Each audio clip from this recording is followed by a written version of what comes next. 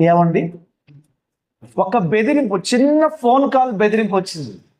ఆ బెదిరింపుకి కార్మెల్ నుంచి బేర్షెబా వరకు ఇంచుమించుగా 250 కిలోమీటర్ల దూరము. ఇంకా ఉరికే ఉరుకు.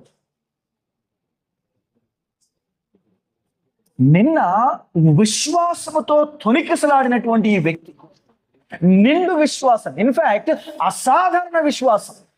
అని దేవుడు అనుకుంటాడు, ఏంట్రా ఓవర్ యాక్షన్, బలిపీఠం మీద పెట్టావు చాలుగా, నేను వచ్చి తగ్గిస్తాను కదా, మళ్ళీ ఒకసారి నీళ్ళు పోపిస్తేవి, రెండోసారి నీళ్ళు పోపిస్తేవి, మూడోసారి నీళ్ళు పోపిస్తేవి, ఇది చాలదన్నట్టుగా కందకాలు తీపిచ్చేసి నీళ్ళు పోపిచ్చేస్తేవి.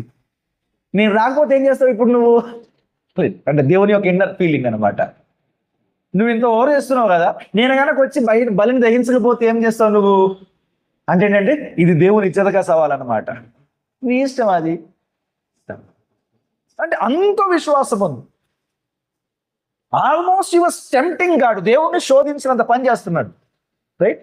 నా ఇష్టం వచ్చిన నేను చేస్తా, నువ్వు మాత్రం వచ్చి బలిని దహించాలి, ఇగో, లేకపోతే ఎవరికి అవమానము?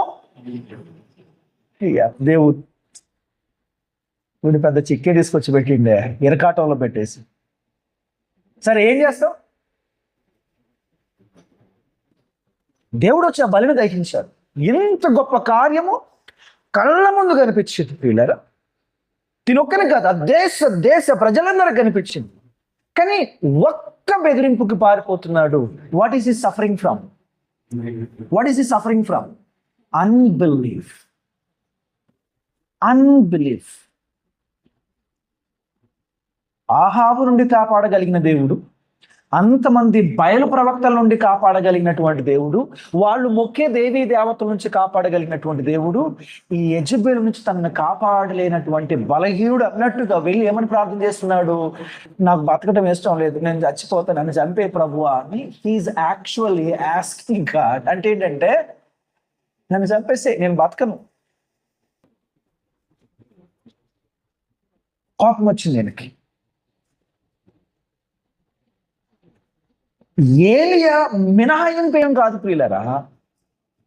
అంత గొప్ప ప్రవక్తే అవిశ్వాసము చేత, అపనమ్మకం చేత సఫర్ అయినప్పుడు మనం కూడా, నిన్న అద్భుతాలు చేసినటువంటి వ్యక్తి ప్రియులరా, ఏం అద్భుతాలు అవి ఉన్నాయా అలాంటివి? ఏమండి, చూసారా మీ కళ్ళతో? అంత గొప్ప కార్యం చేసినటువంటి ఈ వ్యక్తి, తన చేతులతో అంత గొప్ప కార్యం చేసినటువంటి వ్యక్తి, ఈవేళ ఇంత అపనమ్మకంతో సఫర్ అవటము అసాధారణం కదా.